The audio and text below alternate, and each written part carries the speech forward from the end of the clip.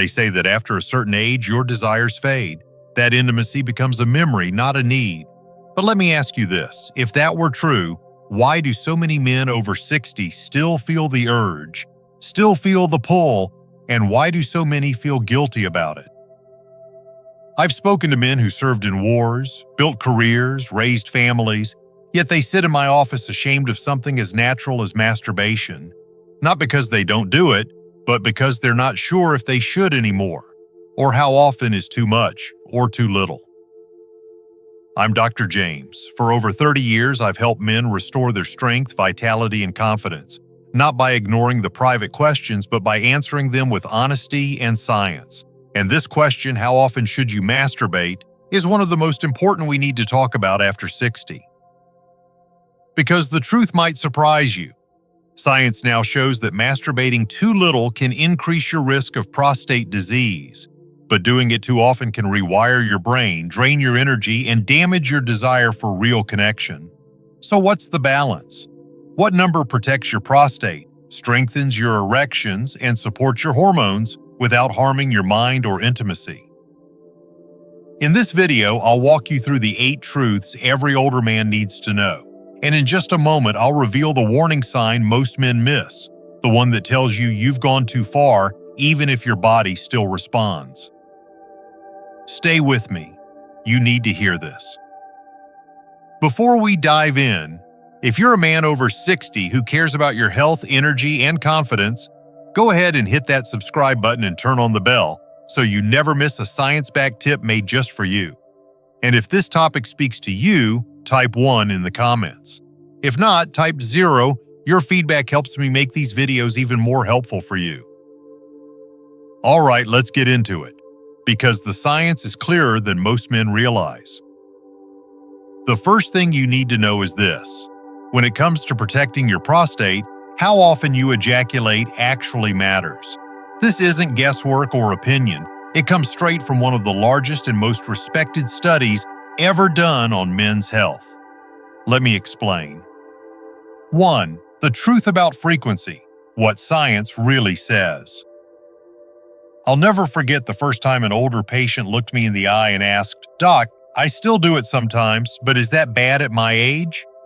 He was 72, retired, sharp, still full of life, but behind his quiet voice was a fear shared by so many men I've treated over the years. Am I doing something wrong? Is this harming me? Or worse, am I just too old for it? That's when I usually lean in and tell them the truth, plain and simple. There's nothing wrong with you. In fact, if you're over 60 and still have the urge to masturbate, you should see it for what it is. A sign that your body is still alive, still responsive, still wired for pleasure and function. And here's the part that surprises most men. According to a major study published by Harvard researchers, the Health Professionals Follow-Up Study, men who ejaculate at least 21 times per month reduce their risk of developing prostate cancer by a staggering 33%. That study followed nearly 30,000 men over 18 years. This isn't a small statistic. It's hard science. And it confirms what many urologists like myself have suspected for years. Ejaculation plays a real role in prostate health. Why? Because it keeps things moving. It flushes out the old, it prevents buildup. It reduces the kind of chronic inflammation that over time can quietly lead to cellular changes and disease. Think of it like changing the oil in your car. Leave it sitting too long and it doesn't just get dirty, it can gum up the whole system. And yet, because of outdated beliefs, religion, shame, or simply lack of conversation, so many older men either stop altogether or do it secretly, burdened by guilt. That guilt? It has no place here. Not in this office. Not in your life, because the truth is your body is asking for attention and science backs it up. Now, I'm not saying every man needs to aim for 21 times a month. That number is a benchmark, not a prescription. Some men feel great at once a week, others at 2 or 3 times a week. What matters is that you listen to your body and understand that this act, when done mindfully, is not a weakness or a failure. It can be part of your overall health strategy. And yet, I know what you're probably wondering now. If doing it too little can increase your cancer risk, what happens if you go too far in the other direction? What if you're doing it every day, or more than once a day? Is that still healthy, or could that be silently doing harm in another way? That's where things get complicated, because while your prostate may benefit from regular release, your brain and nervous system might not agree. And the science behind that? It's something every man over 60 absolutely needs to hear. Let's talk about it next. 2. The brain rewiring you didn't see coming. I remember sitting with a man named Richard, 68 years old, widowed, quiet, thoughtful. He looked down as he spoke, avoiding eye contact, and said something that struck me deeply. I don't even know why I do it anymore. I'm not always in the mood. It just happens. I'm not proud of it, but I feel worse when I don't. That's the moment I realized something important. For so many men, masturbation isn't just a physical act. It becomes an emotional reflex, a habit, a quiet ritual to pass time, numb loneliness, or escape the ache of getting older. And here's the truth, your brain notices every single time. See, when you masturbate, especially if it's frequent, your brain goes through a predictable chemical shift. Dopamine spikes, tension releases. You feel a moment of calm, even pleasure. It's real. It works. But over time, your brain can begin to depend on it. It rewires the reward system to seek that easy hit of relief, even when the desire isn't fully there. The result?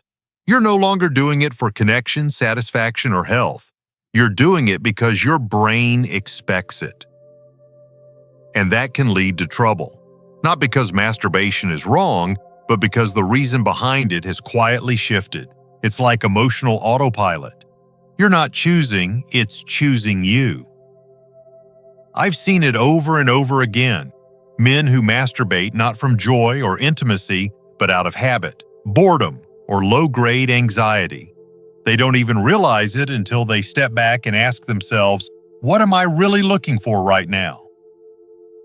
And it gets deeper than that.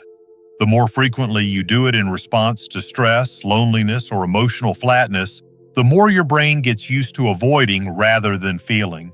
That's not just psychological, it's neurological. The brain literally starts favoring short-term relief over long-term fulfillment. And while that may not sound dangerous, it slowly chips away at your ability to feel real connection, real excitement, and even real desire. Here's the worst part. This rewiring happens quietly. You may still be able to perform, you may still feel the urge, but little by little something feels off. Maybe you feel emotionally numb after finishing. Maybe your satisfaction fades faster than it used to. Maybe the fantasy feels more real than actual intimacy. These are all signs that the act has become less about your body and more about your nervous system seeking relief. Richard wasn't broken. He just didn't realize that his brain had slowly taught itself to chase a moment of escape. Once we helped him take a short break, reintroduce other forms of connection, and become more aware of his triggers, something amazing happened. His energy returned. His desire became real again, not automatic. He took back control of his urge instead of letting it control him. And that's the key. Masturbation can be healthy, but it should never be your only tool for coping. Because when it becomes your default escape, it's no longer serving your health, it's replacing what you truly need. But what exactly happens to your body when you cross that line into overuse? That's where the real risks begin, and it's what every man over 60 must understand next. 3. The hidden dangers of overdoing it. After 60. A few years ago, I had a patient named Alan, 71, divorced, living alone in a quiet neighborhood outside of Phoenix. He was a kind man, thoughtful, always brought a list of questions to his appointments. One day he leaned in and said, "Doc, I'm not sure if this is normal. I still masturbate almost every day, sometimes twice. I'm not even sure I want to, but I feel like I have to. Is that bad?" Alan's question isn't uncommon. In fact, it's one of the most overlooked realities for older men. Because while the world talks about low desire and aging, it rarely talks about the other side of the coin, when the habit continues or even increases, but satisfaction starts to disappear. when the release no longer brings relief, only fatigue or emptiness. At first glance, it may seem harmless. After all, what's wrong with keeping the engine running, right? But after 60, your body changes. Your recovery time increases. Your nervous system becomes more sensitive and your testosterone levels naturally decline. Overstimulating your body, especially through repeated ejaculation, can quietly begin to wear you down. I've seen it happen too many times. Men come in complaining of fatigue, weaker erections, brain fog, even trouble sleeping. They're exercising, eating decently, taking their vitamins, and yet something still feels off. And more often than not, the missing piece is how often they're draining their system without giving it time to recharge. The truth is, ejaculation isn't just a release. It's a neurochemical event. Your body expels zinc, depletes dopamine, triggers a cascade of hormone shifts, and demands nervous system recovery. And when that happens too frequently, especially in isolation, it doesn't give your body time to rebuild. Over time, this can contribute to reduced sensitivity, slower arousal, and even emotional flatness. And here's the part that's rarely talked about. Overdoing it doesn't always look extreme. For a younger man, daily release might be manageable. But for men in their 60s, what was once harmless can now begin to erode vitality. You might still get the erection, you might still finish, but something feels less alive, less satisfying, less you. That's the cost of silent overstimulation, not a dramatic crash, but a slow, quiet drain of strength, confidence, and connection. Alan admitted that after each session he felt not relaxed, but empty. Not satisfied, but irritated. He thought something was wrong with him. But there was nothing wrong. He simply hadn't adjusted his rhythm to his body's new season. Once we spaced things out, introduced better sleep habits, and supported his testosterone naturally, he told me, "Doc, I feel like I finally woke up again." That's the power of knowing when enough is enough. Masturbation isn't the enemy. But after 60, it demands more respect, more awareness, and more balance than ever before. But this brings us to the deeper layer most men overlook, the way your hormones quietly respond to your habits. And once you understand this next piece, everything about how you feel, physically, mentally, and sexually, starts to make sense. 4. Your hormones are listening. There's a conversation happening in your body every time you touch yourself. One you may not even realize is taking place. It's a silent dialogue between your brain, your glands, and your nervous system. And after 60, this conversation becomes even more important. Because your hormones, they're still listening. Carefully. I remember a man named Alan who came to me not long ago. He was 63, still sharp, still married, still sexually active, but lately he said something felt off. He still had the urge, but after he finished, he'd feel tired, drained, sometimes even a little moody. It didn't make sense to him. "I thought this was supposed to help me relax," he said, "so why do I feel worse afterward?" The answer, I told him, was in his hormones. See, most men think of ejaculation as a simple physical release, but it's much more than that. It's a chemical event, a cascade. And as we age, our bodies become more sensitive to that cascade and slower to recover from it. Let's break it down. When you masturbate and ejaculate, your brain releases a surge of dopamine, that pleasure and motivation chemical. It feels good, it gives you that spark. But immediately after, dopamine levels drop. In younger men, they bounce back quickly. But in older men, the drop can linger and bring with it fatigue, mental fog, or even low mood. At the same time, a spike in prolactin occurs, a hormone that suppresses arousal and can leave you feeling flat or unmotivated. If your testosterone is already lower due to age, this drop can hit harder, and if you're stimulating yourself too frequently, your testosterone may not fully recover between sessions. It becomes a hormonal tug-of-war, one part of you chasing pleasure while another part struggles to keep balance. I see this in men who say, "I just don't feel as sharp anymore," or "I used to feel energized after. Now I feel sleepy and disconnected." These are hormonal echoes, not warnings, but signals. Your body asking for rhythm, for awareness, for respect. And there's another piece. Oxytocin, the bonding hormone. It spikes during intimacy, yes, but it rises more deeply when you're connecting with another person, not just a screen or a memory. Solo stimulation gives you a quick hit of oxytocin, but it fades fast. Real connection sustains it. That's why masturbation without intimacy can sometimes leave you feeling more alone, even if the act felt pleasurable in the moment. Alan started tracking how he felt after each session. He began spacing them out, drinking more water, sleeping better, and focusing on intentional movement. And over time, he noticed something surprising. His energy returned. His desire became stronger, not weaker. His mood stabilized. Because when you listen to your hormones, they begin to support you again. But here's the part most men never consider. If you knew the exact number of times per month that supports all of this, your prostate, your brain, your hormones, wouldn't you want to know? That's exactly what we'll uncover next.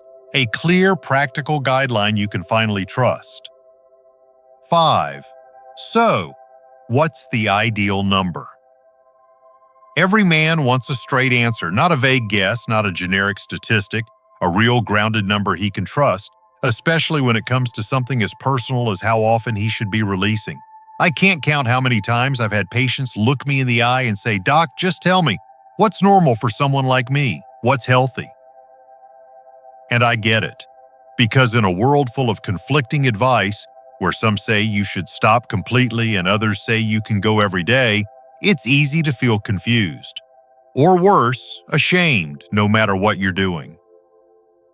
But after decades of clinical experience, and after reviewing the best scientific data we have, here's the answer I give my older male patients, with no judgment and full honesty.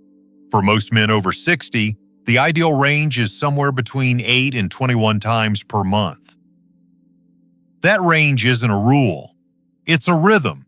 It's a space that gives your body enough stimulation to support healthy blood flow, keep the prostate active, and maintain hormonal balance, without overloading your nervous system or draining your emotional reserves. I've seen men in their late 60s thrive with 2 or 3 sessions a week. They report feeling relaxed, clear-headed, and energized. On the other hand, I've had men doing it every day who show up exhausted, irritable, and disconnected from their partners, and they can't figure out why. Often it's not their age or their testosterone. It's frequency. It's habit without recovery. The truth is, ejaculation is not just about getting it out of your system. It's about honoring your system, respecting your body's natural cycles. You wouldn't work out your muscles every single day without rest, would you? Your reproductive system is no different. It needs stimulation, yes, but it also needs time to rebuild. And there's another layer to this: intention. A man who masturbates once a day with awareness, emotional clarity, and care for his body may fare better than a man who does it twice a week in a haze of distraction or emotional avoidance. So it's not just the number, it's how that number fits into your larger rhythm of health and self-respect. I had one patient, a 66-year-old widower, who kept a simple journal for 1 month. Nothing complicated. Just a note each time he released, how he felt before, how he felt after. By the end of the month, he had learned more about his own body than he had in decades. He adjusted his rhythm to 3 times a week and told me, "Doc, I feel like I'm finally in tune with myself again." That's the point. It's not about chasing a perfect number. It's about learning what your number is and letting that guide your energy, your focus, and your connection. But knowing your ideal frequency is just one piece of the puzzle. The next question is just as important. How do you do it in a way that's actually good for you? Because believe it or not, there's a right way and a wrong way to masturbate after 60. Let me show you what healthy, restorative self-pleasure really looks like. 6. What healthy masturbation looks like after 60. I once had a man named Walter come see me. He was 70 years old, soft-spoken, and thoughtful. He sat across from me and said, "I still have the urge, Doc. I still want that release. But afterward, Maz, I just don't feel right. It's like I'm not doing something wrong, but I'm not doing it right either." That stuck with me because it speaks to a feeling so many older men quietly carry. They're not ashamed of their desires, but they're unsure of what to do with them now. The truth is, as we get older, it's not just about whether you masturbate. It's about how. Your body has changed. Your nervous system has changed. And what once came easily, effortlessly, may now require more care, more attention, and more intention. But that doesn't mean it's over. Far from it. It means the rules have simply shifted, and you have a chance to work with your body in a deeper, healthier way. Healthy masturbation after 60 is slow. It's not rushed, frantic, or mechanical. It's not something you squeeze in between tasks or fall into out of habit. It's something you do with awareness, like a conversation with your own body. You tune in, not tune out. You focus not on escape, but connection. You're not trying to prove anything, just staying in touch with what's still alive in you. And it helps to set the stage. A quiet space, no distractions, no overstimulation. I often recommend that men try stepping away from screens because for many, the visual intensity can actually dull sensation over time. Let your imagination work again. Let your body lead, not your eyes. Breathe, relax, hydrate afterward.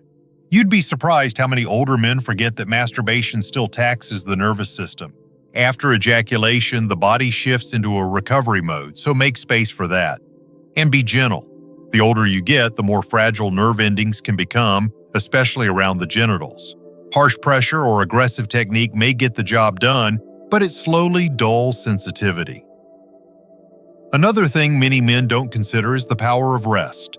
Taking short breaks from masturbation, just a few days here and there, can actually restore nerve sensitivity and deepen future arousal.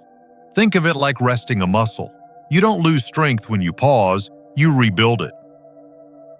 And if you're in a relationship, don't let shame or secrecy replace conversation. Your partner might be more understanding than you think. In fact, many couples find deeper intimacy once they stop hiding and start exploring this topic together, even gently. Walter took this advice to heart. He slowed down, took a few days off each week, cut back on artificial stimulation, and after a month, he came back with a half smile and said, "It's strange. I feel more in control, more alive, actually." And that's what healthy masturbation is really about.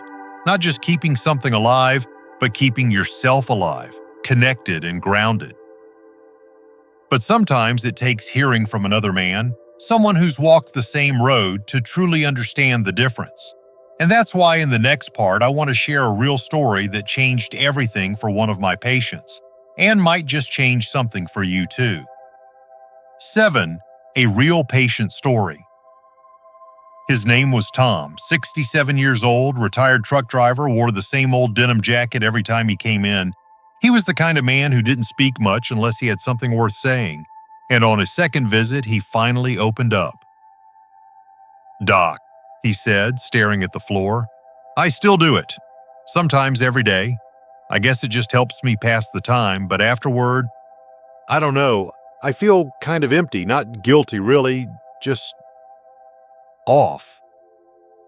I nodded. I'd heard this before, but with Tom, I could feel the weariness in his voice. This wasn't about morality or shame. It was about a man trying to hold on to a part of himself that no longer brought him peace. I asked him a few questions. How long it had been going on, whether he noticed a change in energy, mood, or sleep. He said he did. Said he used to feel better after, now he just felt drained. But it had become a routine, something to do when the house was too quiet, when the evenings felt too long. So I told him something simple.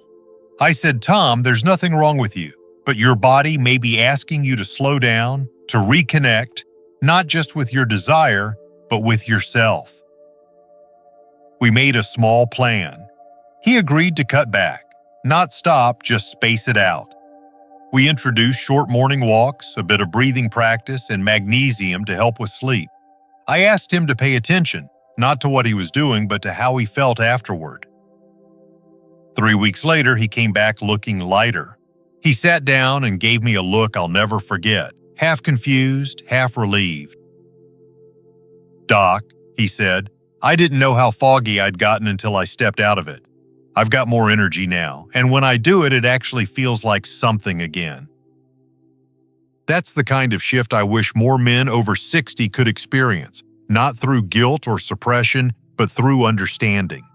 Tom didn't lose his sexuality. He reclaimed it. He stopped letting habit run the show and started listening to his body instead. These stories matter, because behind every quiet question, behind every man who wonders if he's doing too much or not enough, is someone just like Tom, looking not for permission but for clarity. And maybe that's you. Maybe you've never said it out loud, but you felt it. That sense that something has changed, that what used to feel fulfilling now feels flat, or that your strength, your energy, even your desire doesn't feel like it used to.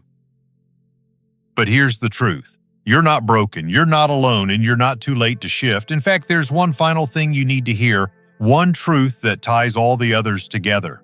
Because this isn't just about masturbation, it's about power, purpose, and what it means to feel like yourself again. Let me show you.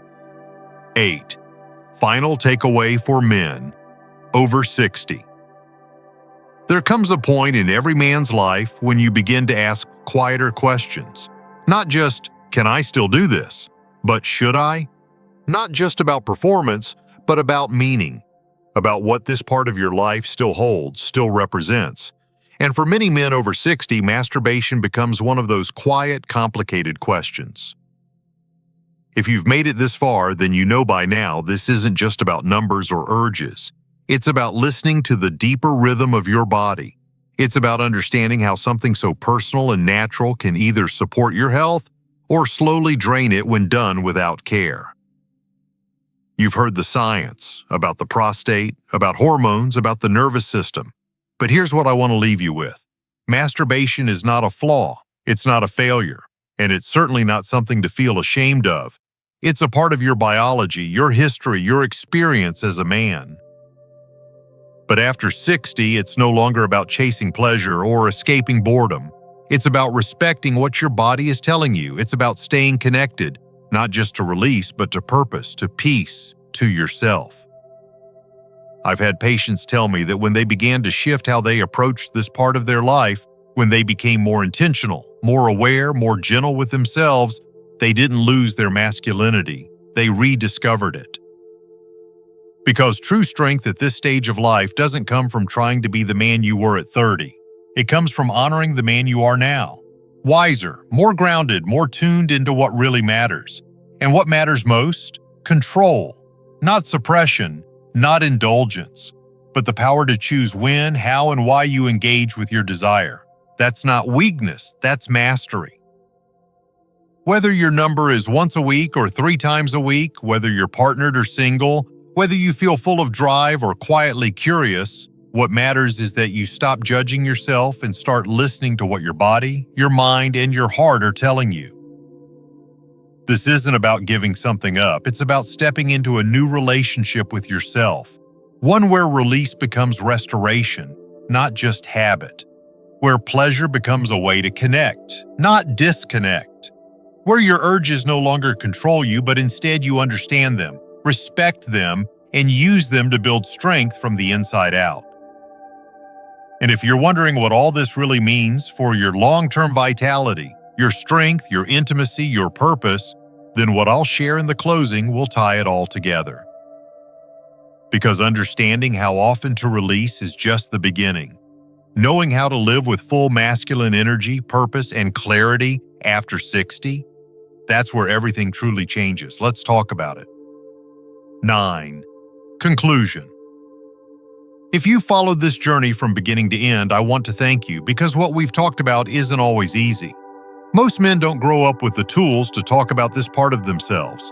Not with their doctors, not with their friends, sometimes not even with their partners. And yet here you are, taking the time to understand your body, your mind, and your health in a deeper way. That matters. We began with a simple question. How many times should a man masturbate according to science? And what we discovered together is that the answer isn't just a number, it's a doorway into something much more meaningful.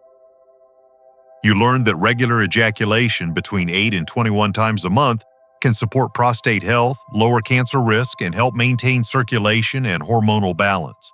But you also learned that frequency isn't the full story. The reason behind the action matters. Whether it's rooted in real desire or whether it's become a quiet escape from loneliness, boredom, or emotional pain. You heard how the brain can rewire itself when masturbation becomes a coping mechanism and how that can slowly dull both emotional and physical satisfaction.